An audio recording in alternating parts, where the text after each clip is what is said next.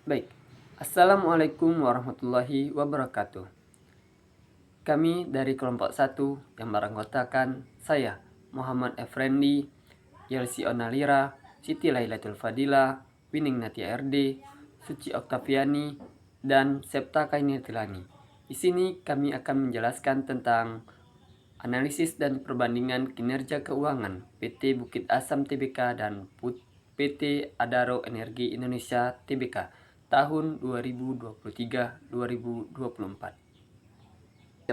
Langsung ke materi, yaitu latar belakang.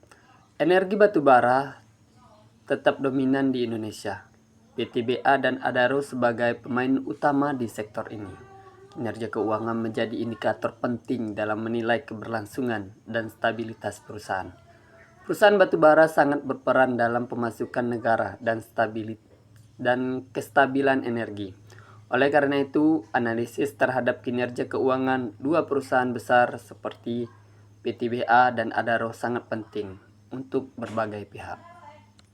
Baiklah, yang selanjutnya itu rumusan masalah dan tujuan.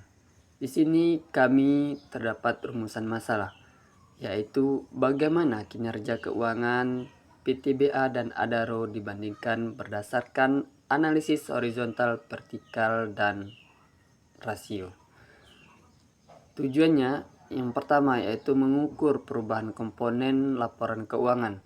Yang kedua yaitu menilai rasio keuangan. Yang ketiga yaitu membandingkan performa. Yang keempat yaitu memberikan kesimpulan objektif. Manfaat penelitian. Analisis ini bermanfaat bagi berbagai pihak. Mahasiswa dapat mengasah kemampuan analisis, investor memperoleh bahan pertimbangan, perusahaan dapat mengevaluasi strategi, dan akademisi mendapatkan tambahan literatur. Kesimpulannya, penelitian ini memberikan manfaat akademisi dan praktis bagi dunia investasi dan manajemen strategi. Selanjutnya, metode pengumpulan data. Data penelitian ini diperoleh dari laporan keuangan tahun 2023 sampai 2024 yang telah diaudit, serta situs resmi Perusahaan dan Bursa Efek Indonesia atau BII. Fokus data meliputi laporan laba rugi, neraca, dan laporan arus kas. Menjamin validitas dan relevansi data yang digunakan. Baiklah, saya akan melanjutkan makalah dari VIA. Pembahasan tentang PT Bukti Asam Tbk atau PTBA. Yang pertama, pertambangan batubara. Yang kedua, hilirisasi. Yang ketiga, logistik dan pelabuhan. Dan yang keempat, diversifikasi bisnis. Pertambangan batubara beroperasi tambang utama di Tanjung Enim, Sumatera Selatan. Menghasilkan sekitar 41,43 juta ton per tahun batubaranya. Kalau logistik pelabuhan telah membangun fasilitas pelabuhan milik sendiri dan sistem logistik terpadu guna untuk meningkatkan efisiensi distribusi batubara.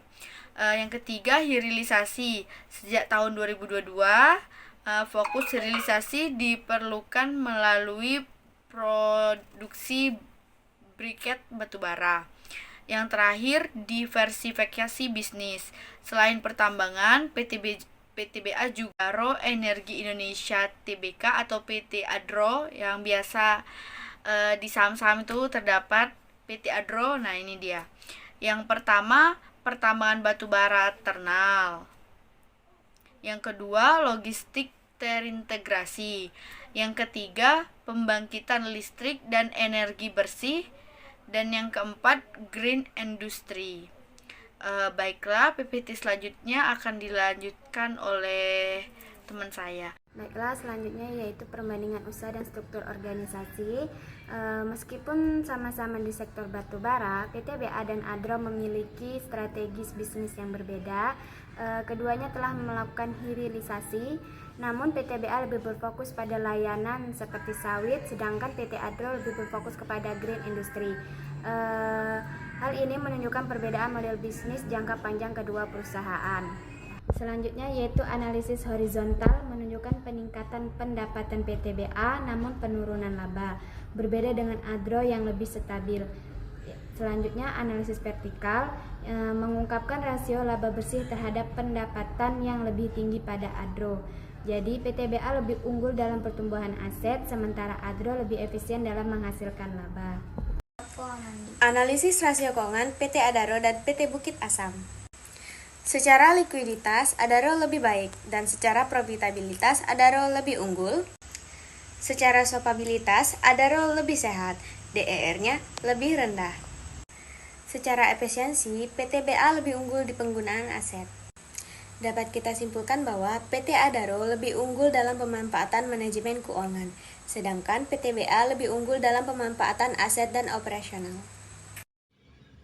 Baik, materi selanjutnya yaitu tentang evaluasi dan interpretasi, di mana Adro lebih cocok untuk investor konservatif karena memiliki probabilitas tinggi, likuiditas kuat, dan struktur modal yang sehat. Kinerja keuangannya pun stabil dan strategi bisnisnya pun mendukung dan transisi energi bersih.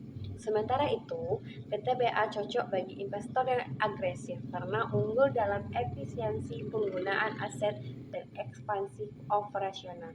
Meski probabilitasnya menurun, PTBA ini tetap menjanjikan dari sisi produktivitas dan pertumbuhan jangka panjang.